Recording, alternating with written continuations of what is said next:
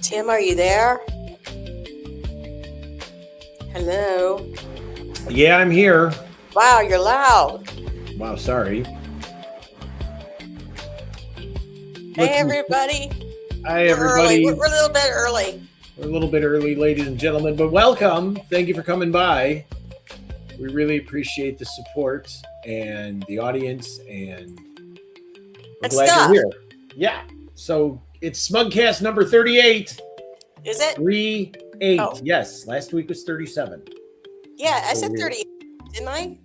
Oh, I'm sorry if I didn't. I thought I did. Welcome, everybody. Welcome in. Sorry, I'm ill-prepared as usual. I'm AA, and this is... Wait. And that is the lovely and talented AA. She is our creative genius, our musical genius. This is Bucky. And yes, Bucky. Yes, that's the first thing. We have a Bucky's here in Ohio, all the way up near Huber Heights, about an hour from us. The Heights. Yes, and AA is familiar with that area, but it was a great trip. We got the usual Bucky stuff, right? The mug. And I got a blanket. I got a blanket. I got a shirt. I got this phone holder. Hold on. Look at, you're supposed to put the phone like right here, and he holds it like this. Aww. Or you could put it like this. He'll hold it like that. Nice. And I'm really, over 40. I just want to get that in there. So yeah, it was, and the Buc-ee's has only been open for about 2 weeks, right? 1 week, about a week and a half. Week and a half. Okay, because they opened the Monday after Easter, and the place is insane. There's no other way to just describe it. The crowd carried you, you didn't so much walk through there as be pushed by the crowd. I've been to amusement parks that are nationally renowned that I didn't have that much. There was nowhere that you could even stop and look around and say, where is this? Where is that? Because there's a zillion people. Right. People. But if you've never experienced Buc-ee's or have no idea what we're talking about, Buc-ee's is a chain of gas station is not the word for it. It's a mega station. Right. The building itself, the gift shop, whatever they have in there, and it's a lot, is the size of a Walmart. Hey, good evening, everybody. Thank you for coming by. It's like a super center almost. Almost, yeah. It is huge. Snacks. It is snacks. It is sandwiches. It's everything. Yeah. Mugs, T-shirts, toys, kitchen stuff. And the thing is about Buc-ee's, and I've been to several of them because, they got their start in Texas. And hi, Brittany, and Janet, and Sarah's here too. Hey, Sarah, thanks for coming by. You're going to have to deal with the comments because my mouse is said that it's done. So hi, everybody. I'm sorry that I didn't get to your comments a little bit earlier. Go ahead, Tim. I'm sorry. All right. So they started to expand around the country. Georgia has a couple, I believe. They're in a few other places, but we got one in Ohio here over the last couple weeks. And it is an experience. If you ever get the chance to stop at a Buc-ee's, stop there because not only is the food good, it's very good. It's very good, but the snacks, I give you beaver nuggets. Fabulous. I know, right? That's the worst sounding name for a product. Fabulous. People just like to talk about beavers, I guess. Yeah, pretty much. And it's. Sorry, I'm trying to display everybody's comments on here, but again, my mouse is not working. It pretty much has everything you would need for your trip. Yeah, and then some more stuff that you didn't know you needed. Right, stuff you didn't know you needed, like this phone holder. Look at it. And the brisket sandwiches are fabulous. Are they? Oh, seriously, I've had them. They are really, really very good. So it's not some cheap. It's not. It's reasonably priced, but it's reasonably priced. It's made well. It's made items. Well, yeah, and the quality is good. And the Buc-ee's branded snacks are all good stuff. Seriously, it's all good stuff. The cheese. I had the cheese puffs earlier today. They were good because I love Cheetos and stuff like that. Yeah. So it was a great afternoon, but the crowd was absolutely insane. I mean, because it's new, because it just opened, everybody's got to experience Buc-ee's, but it was. Look at. I got me a Buc-ee's shirt and it says Huber Heights on it. Nice. So yeah. Did they have any other colors? Because I couldn't get a look at the t-shirt. Oh, I should have gotten a black one. I know, right? You couldn't because they had them mixed in. They had them mixed in with the kids' shirts. It's like, oh, I want one of the kids that shirt, and it's like it's for youth, and it says "frig, man." give me some. I want a pink one, and like decorative, cool one. No, I got red. Thanks, Brittany. She liked and subbed, and we thank you for the like and the sub. And I'm sorry I didn't see that comment right away.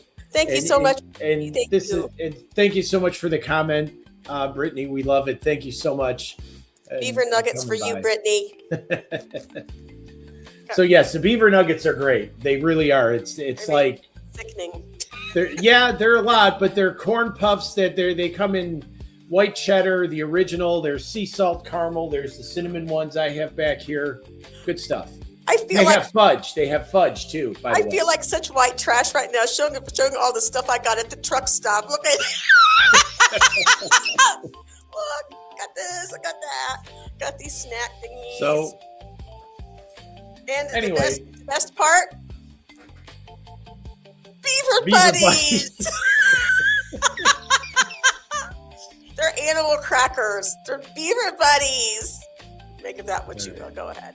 Okay, so getting to the meat of the show, as it were. So tonight we are going to talk about the drum riff that everybody knows, but has no idea where it came from. Okay, well, let me turn off our music first, okay? We've all heard it a million times. It's been in movies, it's been in rap songs, it's been in cartoons. We all know this 6 seconds worth of drum, but we never knew where it came from. I'm guessing from a drummer? Well, there's it's exactly. But which drummer? Is smart. So we are going to reveal that secret coming up. I thought you said now. Well, it's in a few seconds here. And then we are going to be talking bad cooking and bad internet recipes and bad internet cooking demonstrations. You've seen them. You know what I'm talking about. And we're going to put a couple of them up here to really just, yeah, well, it's not. Do they involve peanut butter? No. Peanut butter was harmed in the making of these. The making of these meals, but the drum riff that everybody, and I shall reveal it to you. Love you guys too. Thank you, Brittany. Thank you so much. So, Gregory Coleman is the drummer's name. Gregory always wanted to play drums, jazz mostly. Hi, Gregory. I'm really after the guitar playing, but you'll do. Big band, the sound of his childhood. Man was born in Washington in 1946. Right. And he got good. He practiced constantly. He got good. He got really good. Fast hands. He had great timing. Feel that couldn't be taught. Think Buddy Rich. Think that kind of thing. Okay. And in the 60s, he was playing bands around D.C., small venues, local gigs, making a living. And in 69, he joined a group called the Winstons, a soul band, funk. They had a song. The Winstons. Oh, yes, the Winstons. Pack my luggage, Winston. Oh, yes, of course. And they had the leader, Richard Spencer, wrote a song called Color Him Father about a stepfather raising kids. It's a sweet, sentimental song, and it did well for him. It hit number 7 on the Billboard. Is this like She's Having My Baby, one of those? I've never heard it. I could probably go back and find it, but... So it became a gold record. They were suddenly legitimate, but they needed a B-side for the single. And we've heard this story before. Right. Just throw something on there. We don't care what it is. Yeah, we don't care. Yeah. So it was basically filler. So Richard wrote Amen Brother. 4 minutes. It's an instrumental based on a gospel song. Amen. We used to sing it in 4th grade. Back in school. You did? Yes, so we did. You know all the words. It's kind of a hymn, and this was all instrumental, but I think if anybody listens to it, they'll get it. And it was never copyrighted properly. Oh, so we could play it then. Go ahead. So this is where the whole tragic story of, and I'm not making light here, the whole tragic story of Gregory Coleman comes in. So first of all, I'll give you a taste of the song. Hey, Tim, can you get the comments really quick? Because I can't show them on stage. Okay. Can you push the little button? Yeah. My mouse is rebelling against me right now. I'm really sorry, everybody. And thank you, everybody, for being here. Thanks, everyone, Brittany. Thanks, everyone, for being here. What am I doing? Thanks for Brittany. Thank you so much, Brittany, for the compliments and everything. Appreciate you, sorry. We really do. And she loves us. So thank you so much. Can you push the button where the chat shows on the screen at the top? There's a little toggle. Oh, show comments on stage. Got it. There you go. So we can see it as y'all type it. Yeah. So that way we're not missing anything. Yeah. And minor technical difficulties tonight, but we'll get through it because we're seasoned professionals. Oh, sure. So you were saying. So the song was not copyrighted properly, so there were no royalties for Mr. Coleman, and you're going to see why that's such a tragedy here in a few minutes. So let me share the screen here. No beaver nuggets for him. So we can so you can get a taste of this here. Oh boy. Well, so it's just a record thing, no video, but can you hear that? Oh God, it's too loud, dude. Okay, hold on. I mean, oh gosh, darn.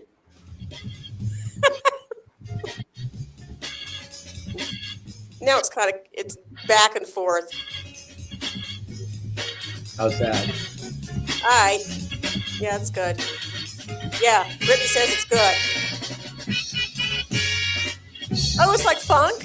Yeah. Nice.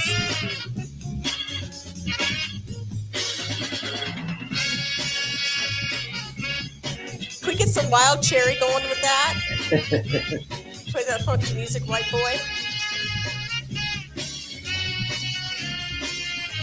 Okay, so what's the significance of this? Okay, so this is the drum fill that is been everywhere, probably included in up to probably somewhere around 5,000 songs over the years, not to mention movies, TV shows, and even commercials. Let's hear it. Let's hear it. Here we go. This leads into it.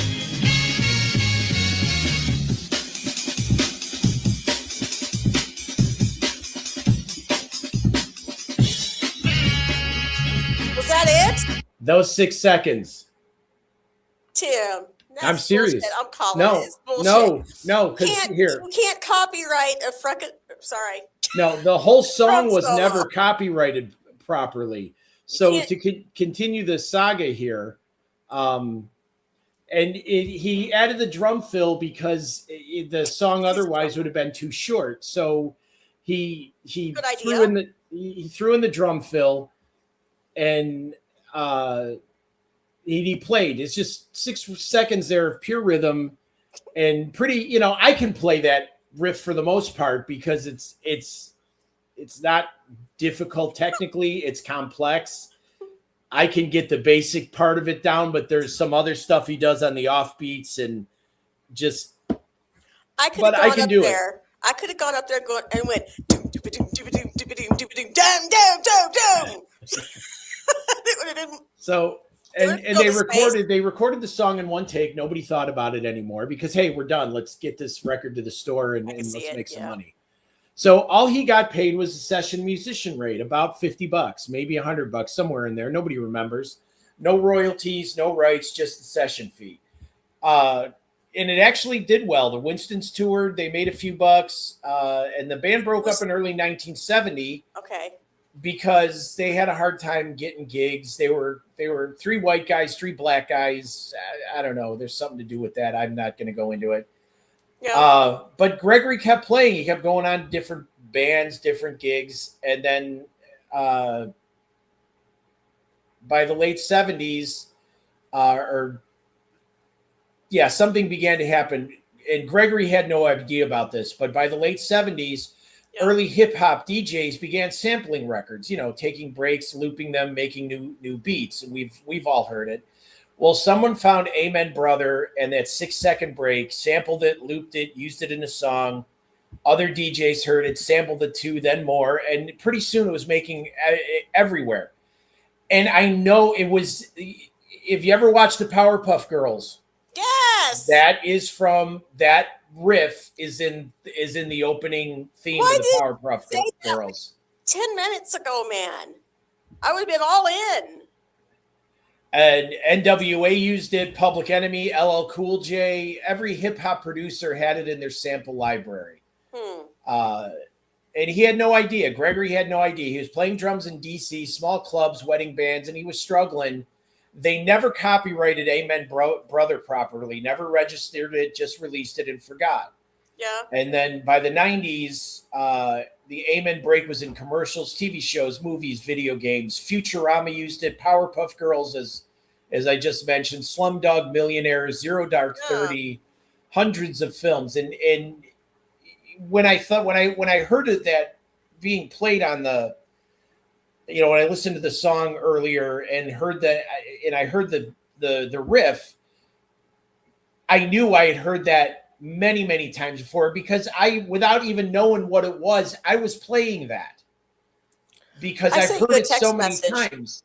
I've heard it so many times that I just pretty much able to copy it. And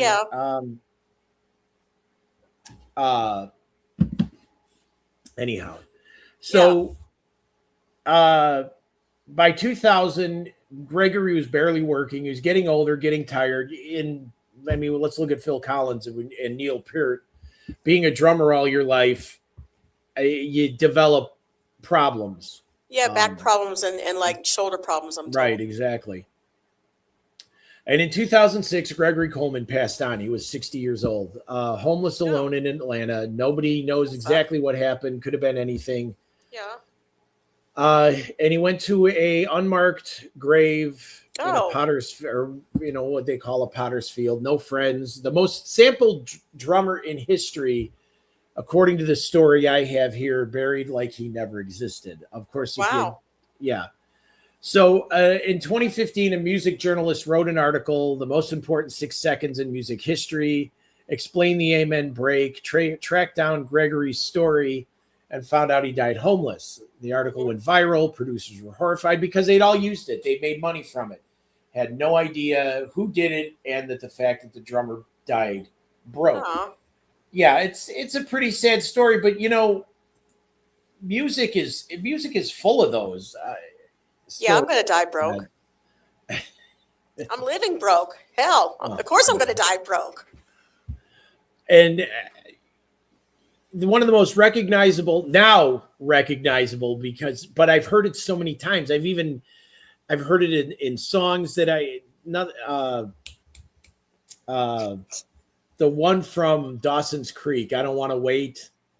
I don't want to wait forever. I don't want to wait for our life to be over. Oh, sorry, wrong one. Yeah, it said that a variation of that fill is at the end of the song. As the song fades out, you can hear the drummer playing it. Because it's a catchy beat to play. I mean, if you listen to it again, it's and you can do a lot with it. There's some examples of just how it's slow it down, speed it up, rearrange it, and I don't think that you can necessarily say that drum beat was used, because there are only so many combinations of tempo and drum beats. So I mean, it's just like guitar chords. I mean, you've got so many of them. Eventually, some of them are going to overlap. Well, yeah, and sound like someone else's. I've asked Justin Bieber; he knows. I've listened to songs and seen videos on YouTube where they take one song and seamlessly move it into another one because it's the same progression. Yeah. The same key, same progression. Yeah. Oh, no, it was Charlie Puth, who went before the United States congressional hearings and did a series of songs in 2/5/1 chords that basically is every pop song ever written, and said, how can you say that mine is, infracting upon this one when all of these are? Well, think about all the songs that have a CGA progression. There's tons of them. Yeah. That's what, 1/4/2? Yeah, something like that. 1/4/6. Something. I don't have my circle of fifths on the wall, so I couldn't tell you. You don't need a circle of fifths. You just count on your little fingers. One is C, 2 is D, that'd be D minor, 3 is E minor, 4 is F major, 5 is G. The 1 and 5 are pivotable. Pivotable. Okay, I've heard that about 1 and 5, but go on. and 6 is a minor. It's A minor in the key of C. 7 is B half diminished, and then you come back to the middle with C. Pardon me, y'all. You come back to the middle with C. I'm trying not to flip everybody off. Really. Okay. It's the number system. Welcome to it. Yeah, but when it comes to the augmented and diminished chords in those keys, popular music doesn't really use them. Half diminished, usually, you're going to use a half diminished more so than you would. You might use probably an augmented fifth if you are going. It's a leading chord, basically. You're not going to be staying on it and emphasizing it.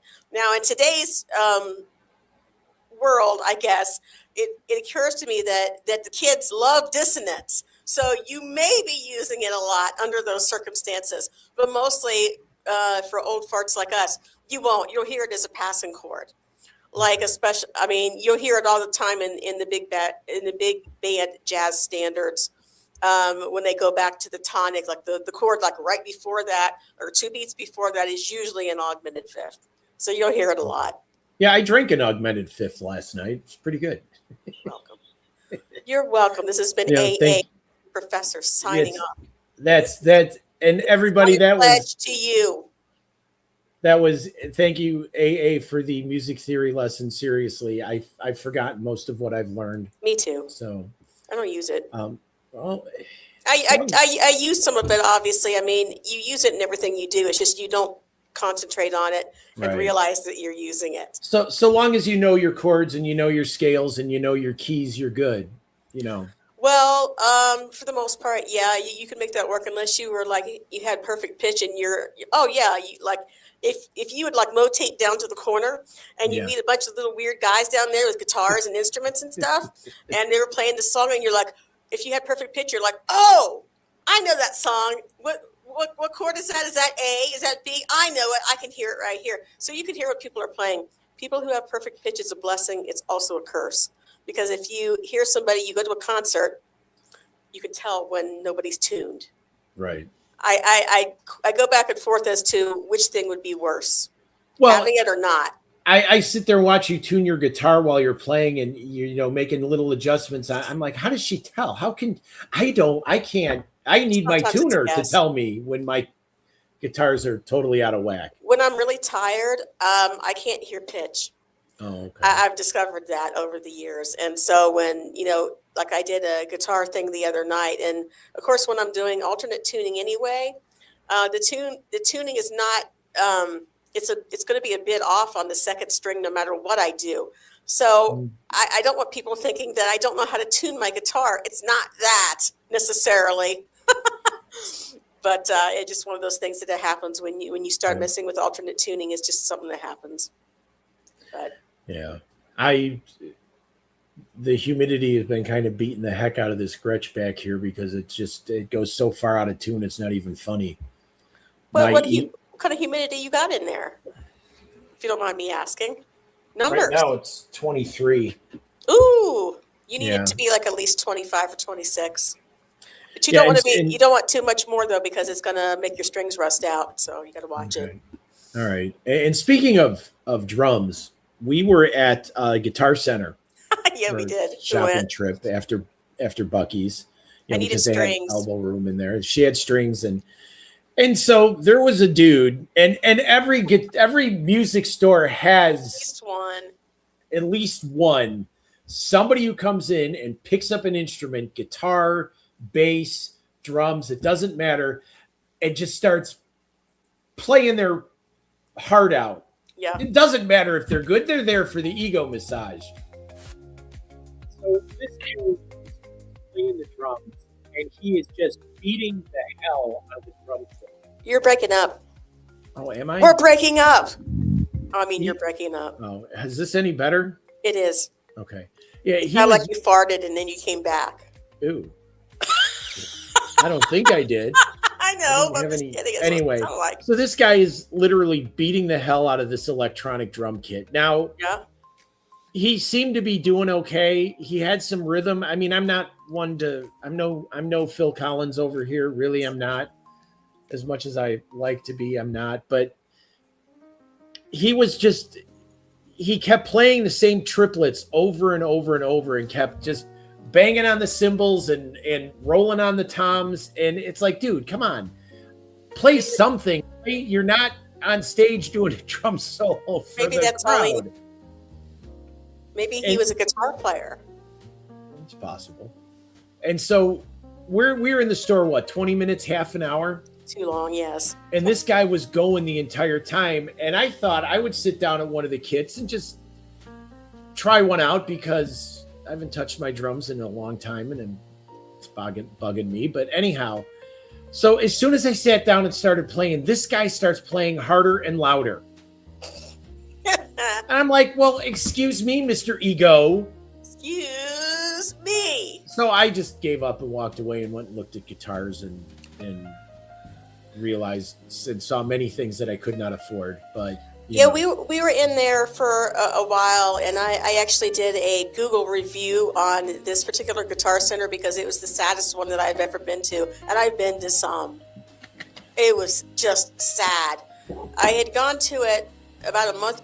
No, it's about a couple of weeks before. I was looking for these headphones, and I didn't want to wait for Amazon to deliver them because we never know if we're going to get Amazon is actually going to deliver it or if it's going to be stolen by the time it says it's delivered. So I figured, well, I'm on my way uptown. I'll go to Guitar Center. They'll have something, and I might find something there. So they got all the stuff locked in the little cabinet, so you can't run off with it, which whatever. But I was back there for like about 5 or 10 minutes, and not one person came back to say, hello, I'm Dwayne. Can I help you with something? And I didn't have the chance to say, I'm glad you asked, Dwayne, because I really am feeling the need for some headphones right now. And it could have been fun. You never know. So whoever it was in charge. They were all up there at the counter, as my father used to say, and my mother used to say, with their thumbs up their asses. Yeah. They're looking at each other, and they're looking at me, and it's like, listen, I realize I'm not Miss America or nothing, and my boobs aren't as perky as they used to be, but by damn, I'm looking at spending $300 here. Sorry. No, that's all right. And I got mad. It's like, you know what? Close your ears, Tim. Fuck you. I'm out. I will spend my money elsewhere, and you may deal with it. And someday I'll be famous, and you people will hurt. That's it. Well, my Guitar Center experience, I bought my drum kit from them. Yeah, I remember 2 years ago. Mm-hmm. When we had room. Yeah, and they sent me one.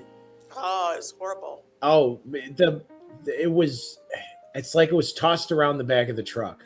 There was a dent in the side of it, and I took one look at it. I said, "Did you report that to UPS? I can't believe you took delivery of this." I mean, looked like somebody ran over the damn thing or something. Yeah, and so I open it up. I go to put it together. Well, most of the cage or the rack for the drums is broken.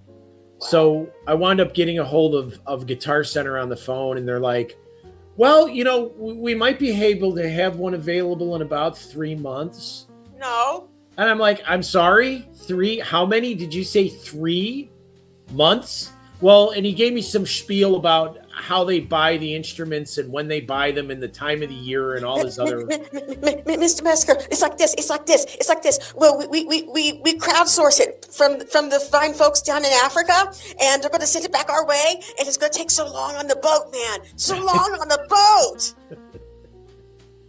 Sorry. No, it's okay. So yeah, he gives me a spiel about seasonal, because this is in January of that year that I bought it. Yeah. And I'm just sitting there going, so I wound up talking to a couple other people. We wound up going to the store, and after, 40 minutes of haggling, the store manager gave me the next set up for the cost of the one that I had purchased. As he should have. And I only had to pay like $100 difference. So I left a happy guy. I mean, it worked out.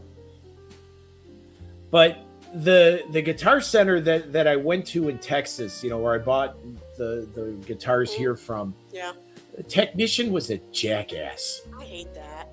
He had the whole ZZ Top, tattooed arms, voice going.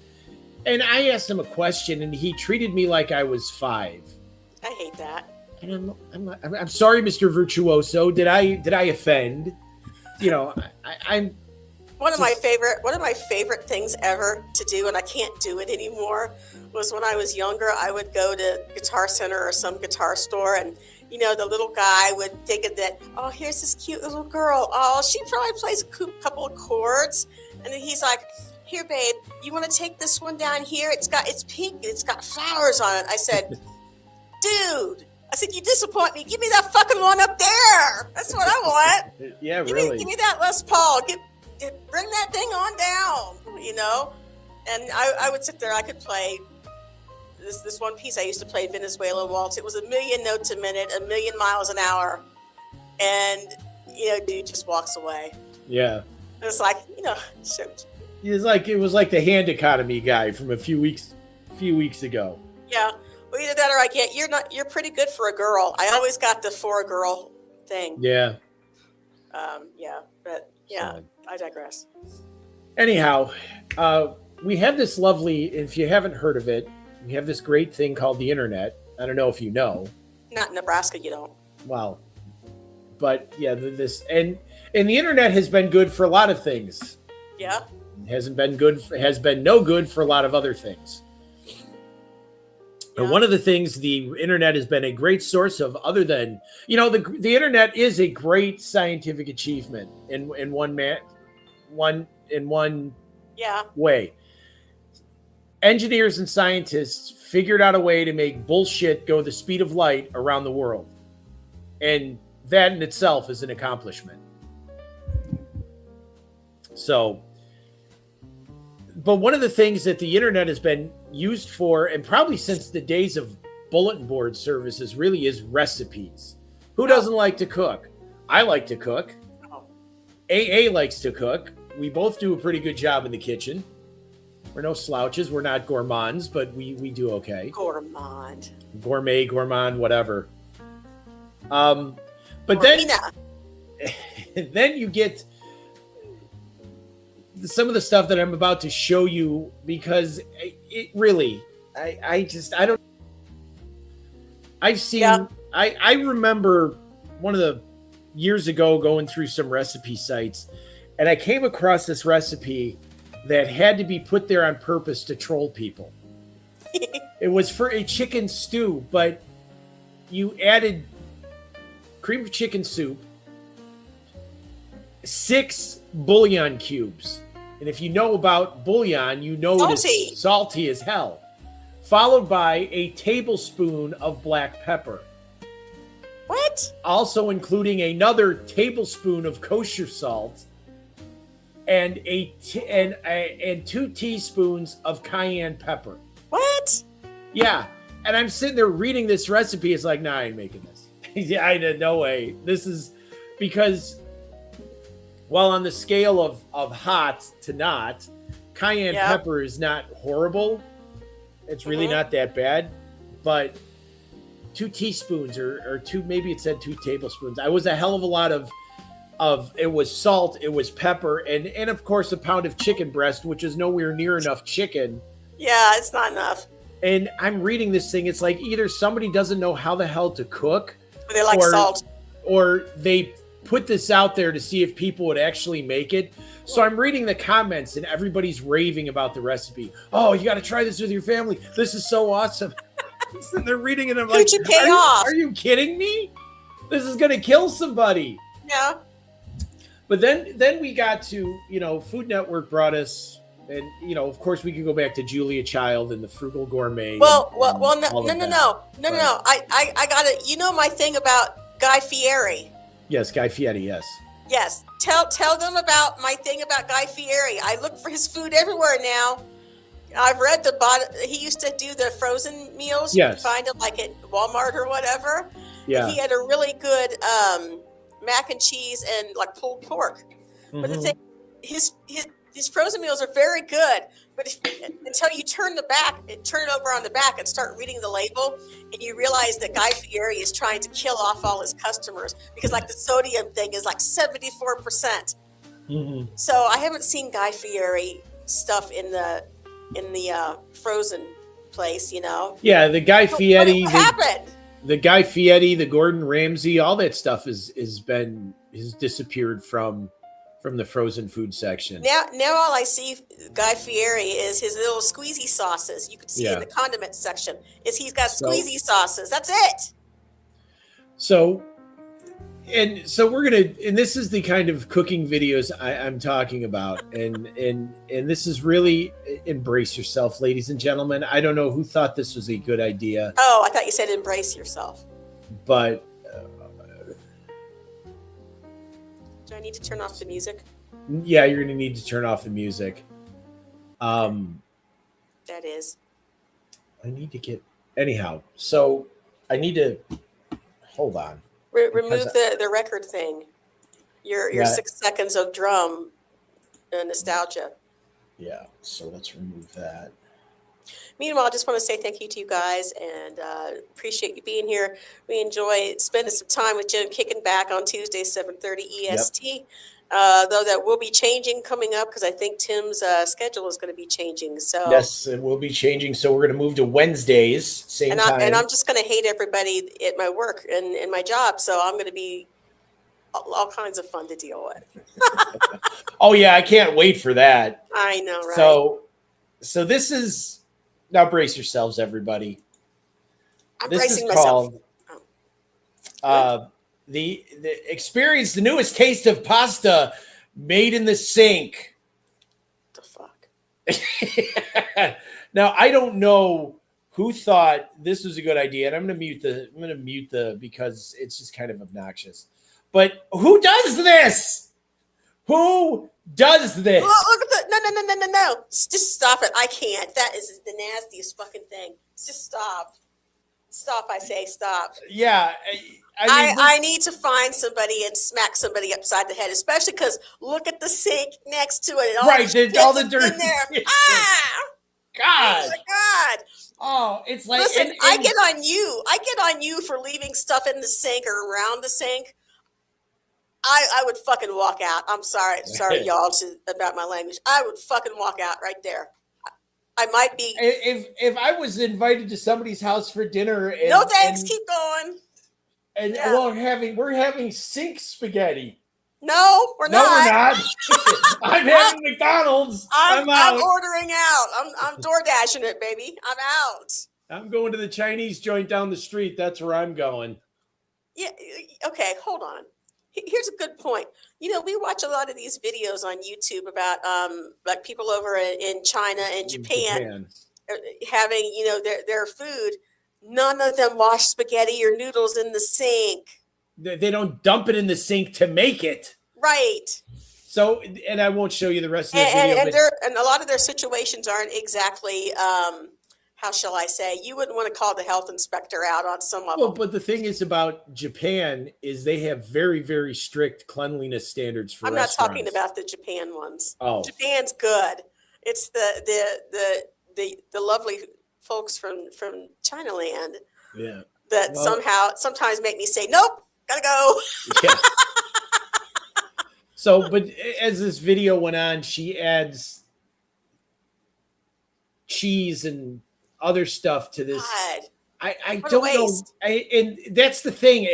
Frank. Hey, Frank. Welcome. Thank you for coming by. We're happy to see you. Welcome to Frank. Why did the comments go away? I don't know. Because I made them go away. I'm magic like that. I thought your mouse wasn't working. It said it wanted to work at that moment. Oh. At any rate, hi, Frank. How's it going? Frank had a new song out recently. Did you know that? Yes, I watched. And Tim, what was it called? Good. Church Bells. Ah! You got it. I forgot. I'm sorry, Frank. No, it was a great song, and he should have been here for the drum thing. I'm sure he knows all about that. Yeah, tell him that story. Tell Frank. Tim's trying to BS me about this thing, thinking that I don't know shit about drums. I know enough to know that he's sorry. Camera's reversed. He's full of shit. No, I'm not. I mean that respectfully. Dear. I mean it respectfully, but okay. I love you, but you're full of shit. Tell him about it. All right. So in short, Frank, this was the drum fill that has 6 seconds of drums. That is the most popular sample that has been used by DJs and in movies and TV shows and songs. And that was recorded in 1969 and by a band called the Winstons. And the drummer's name was Gregory Coleman. But since that song was never copyrighted properly, the guy died penniless and homeless. And he that had kind this of thing. he had this song, and he had to put in 6 seconds or 8 seconds of stuff. And then Gregory was there. Gregory's like, I got this, man. Let me do it. Let me do it. Let me show everybody. So this drum fill has been sampled by and used in music by LL Cool J and NWA and a whole bunch of others. And I did, I'm sure anybody, I never knew about this. And it's a drum fill I've played because I've heard it so many times. I've played a bunch of, 2-5-1 progressions as well, but that doesn't make it the original 2-5-1.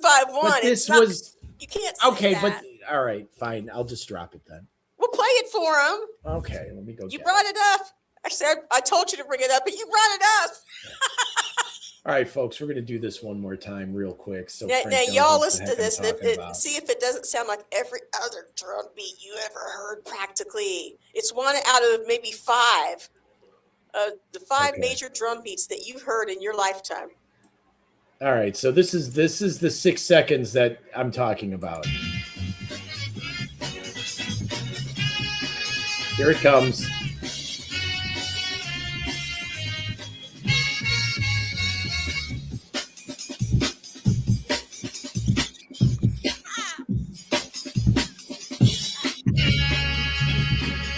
Oh my God, my breasts are moist and heaving with perspiration. Oh my God.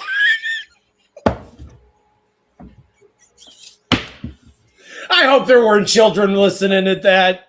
I hope there are no kids sitting around the... I don't see how you could say that is the drum beat that everybody copied. I don't see how you could say that. But it is.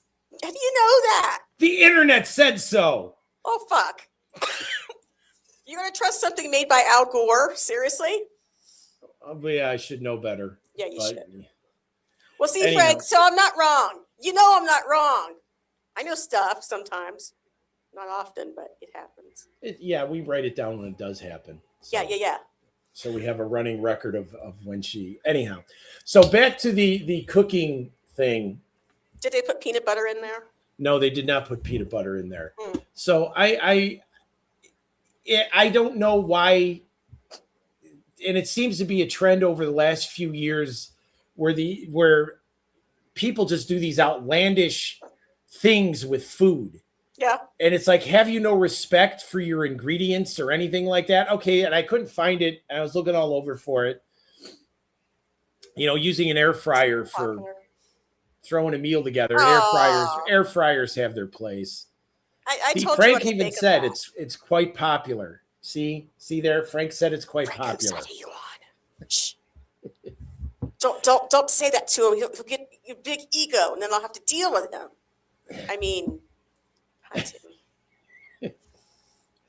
So, now you've derailed my train of thought, and actually it's probably still boarding at the station. But anyhow. Well, I have to say that, we did go to the Guitar Center to circle on around back to that. Went to Guitar Center. Now, you would think that a Guitar Center store would have what, Tim?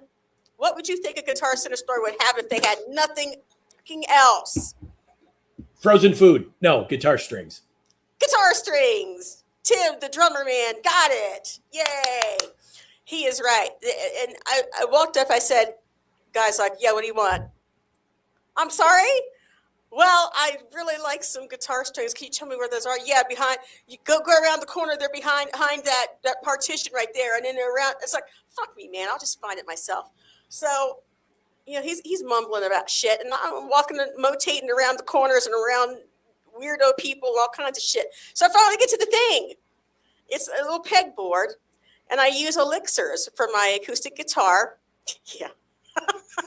I use elixirs for my acoustic guitar, but I want 11 gauge. Everything on there was 9 gauge, 8 gauge, 8 gauge, 8 gauge. And it was the same thickness. And it's like they just put the same thickness of strings 4 or 5 different places. It's like, what the fuck? I went and got Tim out of the drum room and dragged him over there. And I said, look, tell me what you see. She was indignant as well. So when AA is indignant, yes, you would be. Yeah, I would be too. I smelled good. I was all right that day. So I dragged him out of the drum thingy, and I said, "Look, what do you see?" And he said, strings? I said, no. I said, well, yeah. You do see strings. You see it. But look what kind they are. Look at the gauge on those. Tell me what you see. He's like, it's the same? Yes! And I'm sitting there talking to him, and I'm thinking, you know what? The person I really should be telling this to is the people who are actually at the counter looking at me like I'm an idiot right now. I mean, I didn't say it that loudly, of course, but I said, it was more like crowd over. I said, look at this. What the fuck is this? Kind of a thing. But it's like, I wrote them a nice little review on the Google pages, and I said how particularly sad the store was. And I don't usually write stuff like that, but it was sad. It really was. For a Guitar Center, I mean, you would expect way more of an inventory, especially like after Christmas sales and so forth. Right. You know. But we came home, and I ordered from Amazon, and it came like within hours, and we actually got it this time. So it's a win-win.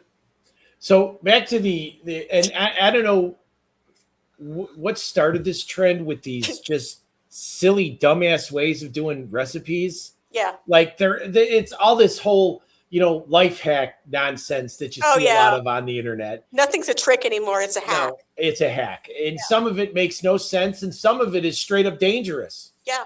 You have to be real careful with what you're being shown. But I digress. Anyhow, so when it comes to this stuff, and I show you another one here that kind of defies explanation. I blame the Cajun guy, Justin Wilson, was it? My mom used to watch him. He would make Cajun stuff, and they would have like meat. They throw in the meat. We throw in the meat. Then we throw into this and that, and you're thinking, wow, that looks pretty good, Justin. And he's like, then we throw in peanut butter. Fuck. Justin, you fucked it up. And then there was old Emerald with the bam, bam. But you see, these guys were chefs. Julia Child, the Frugal Gourmet, Yan Can Cook was another one I used to see back in the 80s. And so these were chefs. Yeah. These in the stuff you see on Food Network and stuff, like these are people who know what the hell they're doing. I know how to make Rice Krispie treats. I'm just saying. Well, most people like those. Yeah. Most people. Well, I'm not most people, so. I know. Go ahead. Sorry. But a lot of these things I'm seeing, these are people who have never been taught how to cook. They have no idea. They think this is a great thing to do the absolute crap they're doing. Somehow this is supposed to be here. Let me just please show us. Let me show, because I can't. The sink, it better not be the same as the sink spaghetti. No, it's not the sink spaghetti, but this is more spaghetti. But you look it up. I got a story. Okay, go ahead. I'll tell everybody about my story about how when I learned to make fried chicken. Yes. My grandmother set me aside when I was 7 years old, and she had a Ziploc baggie, salt and pepper and flour. She put the flour in the Ziploc. She put the salt and pepper in there. She shook up the chicken and stuff. And I said, because at that point, KFC's commercial was 11 herbs and spices. That was their motto.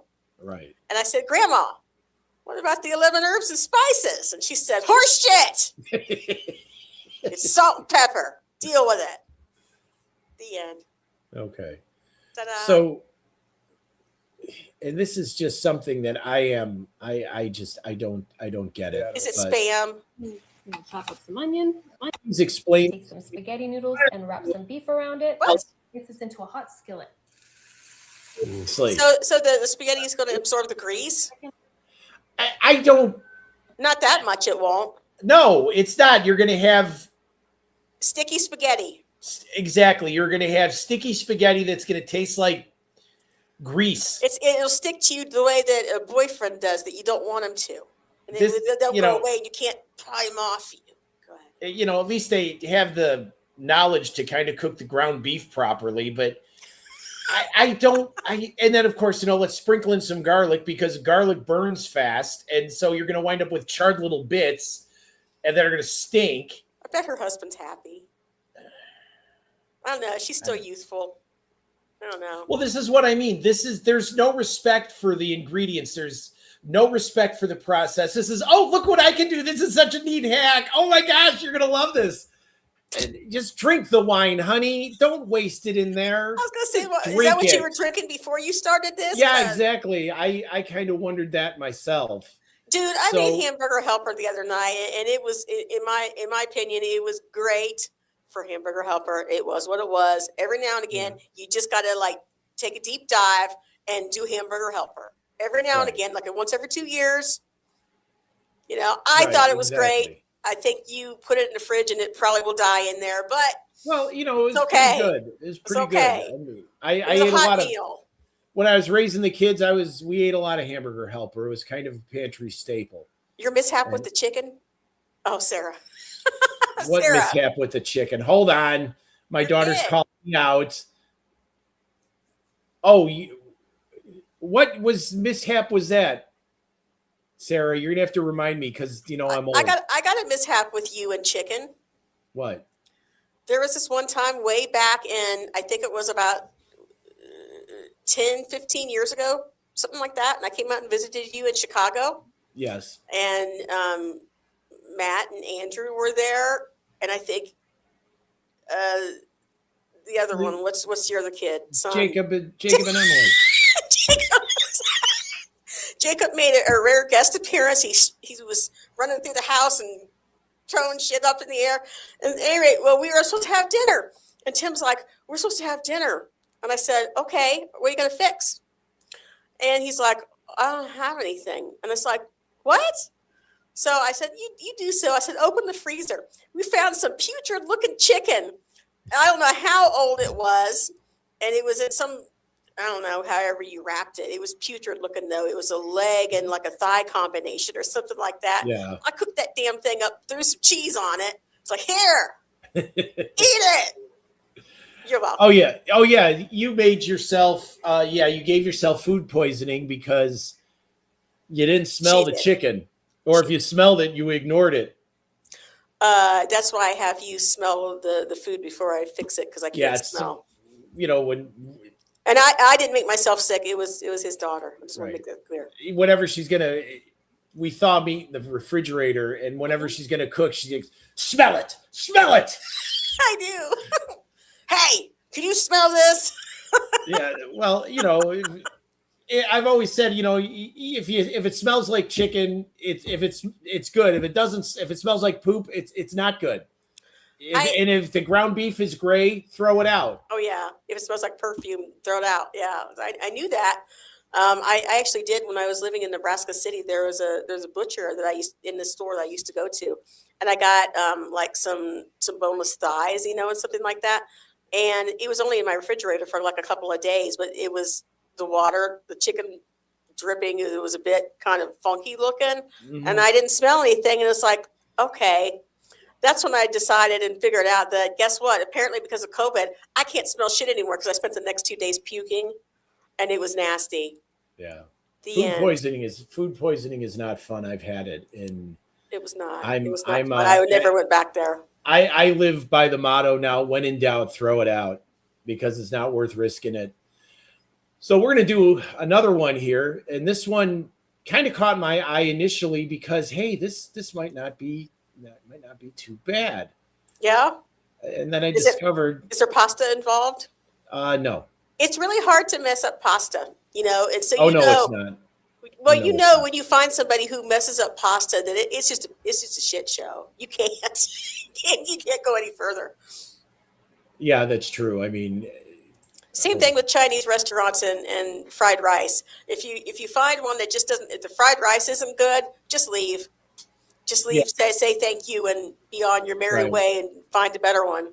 Yeah, because we found a joint locally that's just down the street that they nailed the fried rice. Phenomenal. Absolutely nailed it. My brother-in-law says that usually when they find their Chinese restaurant of choice, that means they're moving soon. So I hope that isn't the case for us right now. Yeah, I hope it's not either. I don't think I could deal with it. By the way, y'all, while he's pulling this up, just want to let you know that I have a couple of streams live that you could go and listen to my Americana, folk, bluegrass stuff.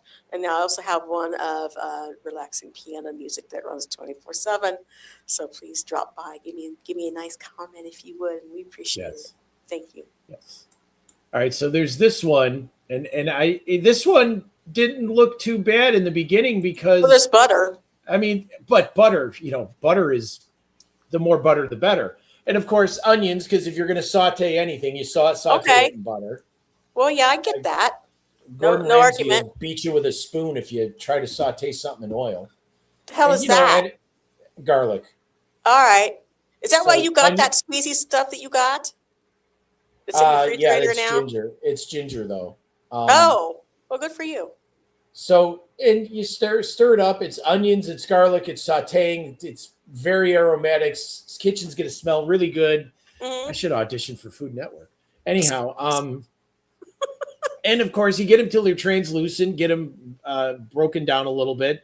And then there's the Old Bay seasoning, which I've never tried, but it's supposed to be pretty good. What is it?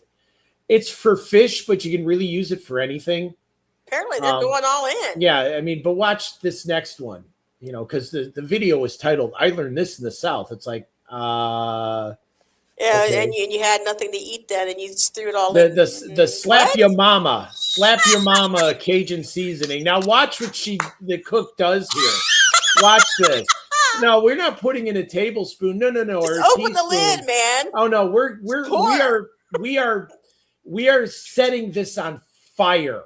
Is what we're doing here. Slap and of course, mama. That's hilarious. Then we add some lemon pepper, which I don't quite understand. That's about a tablespoon and a half. You're just eating a bunch of spices at this point. Yeah, and then she mixes it up. And this is supposed to be a seafood boil without the seafood. I also don't understand. Yeah, you got me. I don't know. Can we please get some slap your mama sauce? I just want the jar. So chicken bouillon in the butter. It's probably going to add a nice flavor. Let's be honest. I mean, are these people vegans? I don't know what they are. Well, if they were, they wouldn't be adding chicken bouillon. So not necessarily, because some of those are not real chicken extract. And then, of course, we do the petite potatoes, and I don't.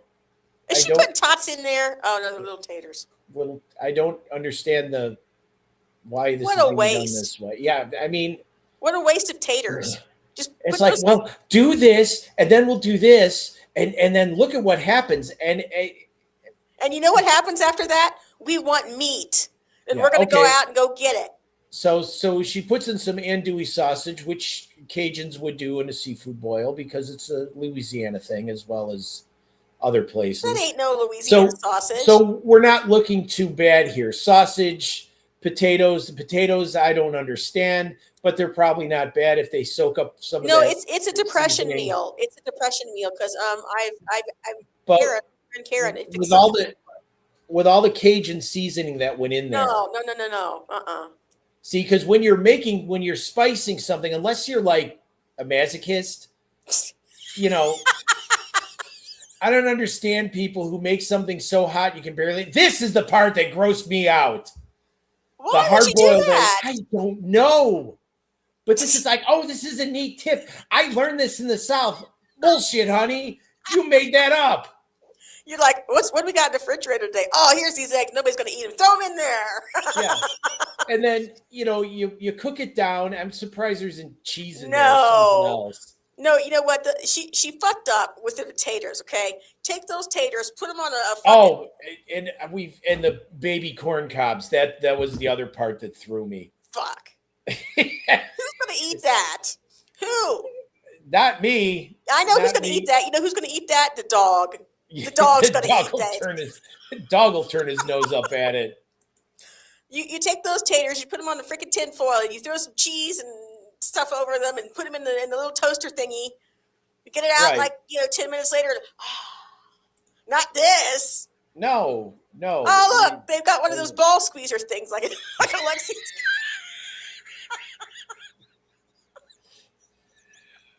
I wonder if her husband gets that treatment. Never mind, you didn't hear me say that.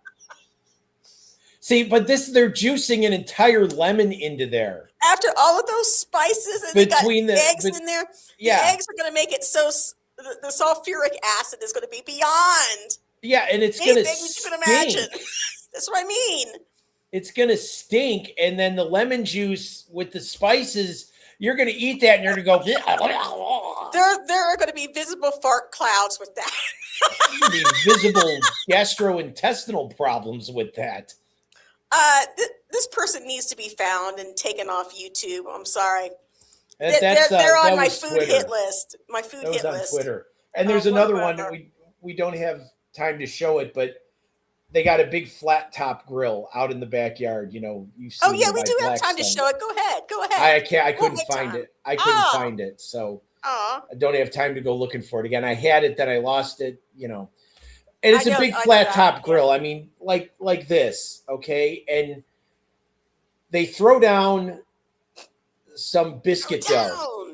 They throw some biscuit dough on there, and then they dump 3 jars of gravy all over the grill.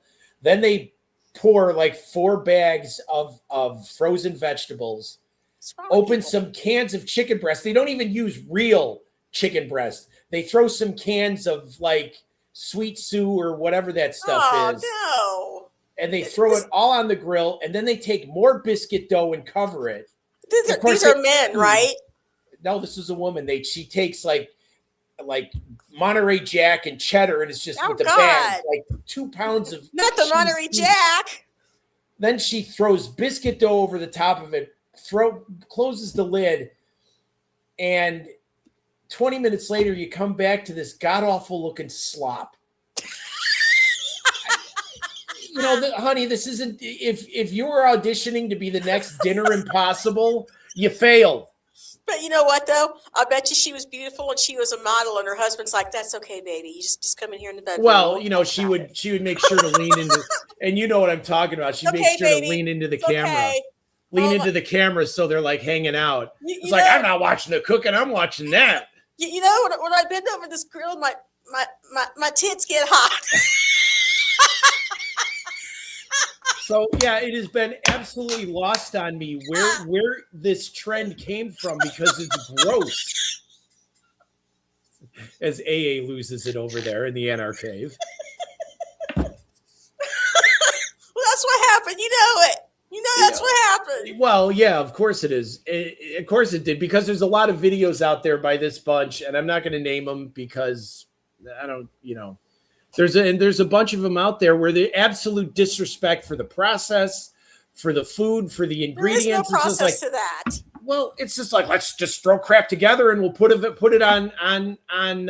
It's the age. You get older and you learn that, you know what, I don't like the stuff that I'm cooking. It looks like shit. I'd like to eat something better. Maybe I should learn how to follow directions. And there was another one where they made steak and eggs, but they put this nice looking T-bone in the air fryer, and they cracked like a half a dozen eggs around it, then covered it with bacon, and then put it in the air fryer. And it comes out, the steak is gray, the bacon is limp and not even done, the eggs are partially finished and runny, you know, egg snot all over the place. And then they mix it up. They take the steak out and they mix it up, and they're like, "Oh, look at how delicious this is!" And I'm going, "Oh." And then they cut the steak and they taste it, and they got these absolute shit runny eggs all over the plate. Even worse than Japan. With this barely brown bacon that is just, and they're calling it delicious. And the comments, and I don't know if these people do this stuff on purpose to troll, which would be one of my guesses. Maybe but the comments, think it is good. I told Tim, I said, you know, what that probably looks like, that steak in that air fryer, it looks like your grandma's better parts. That's what it looks like. It did. There was no sear. It just looked like gray, flaccid. And it was like this 1.25 inch thick T-bone. T-bone with really nice marbling, and it was a great looking piece of meat, and then they desecrate it like that. Don't you hate that? The fact that, you know, I haven't had a T-bone in how many years at this point, and here's some jackass making it look like his grandma's JJ.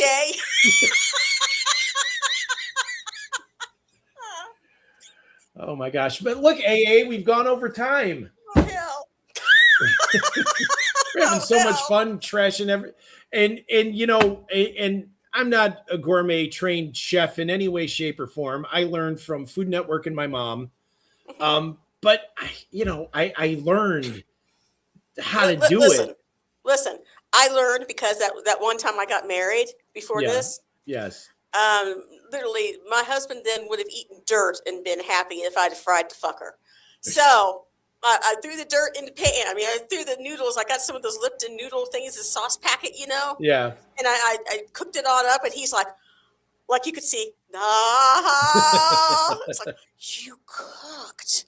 And it's like, yeah, we're hungry. I'm hungry. Are you hungry? I'm cooking. Here it is. He gained 80 pounds from the time he was married to me to the time I left him. Mostly because I didn't want him chasing me. I just wanted to weigh him down a little bit. No, but he did gain a lot of weight. Yeah. Well, you're good in the kitchen, my dear, so.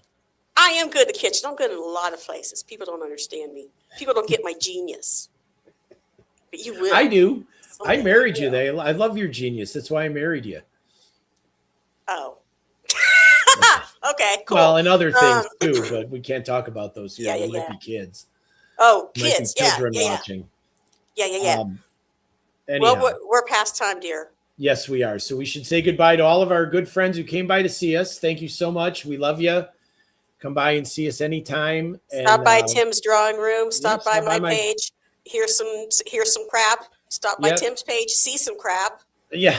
See some drawings. See some art. Some relaxing music provided by the lovely and talented. So, we're looking forward to next week, which will be number 39. And I have no idea. We'll find something to talk about. Yep. And if I'm lucky, my mouse is going to work so I can end the dang stream. Yes. Tim, can you actually end it? I don't know. I got it. Wait. Okay. I thought I got it. Thank you, everybody. We'll see you next week. And remember, coming up in May, we will be changing to Wednesdays at 7:30. Oh, we will? Yes. Oh, wow. That's like next week. 2 weeks, yeah. Oh, hell. All right. Yeah. All right. Well, love you guys. Night. See everybody. Thanks for coming by.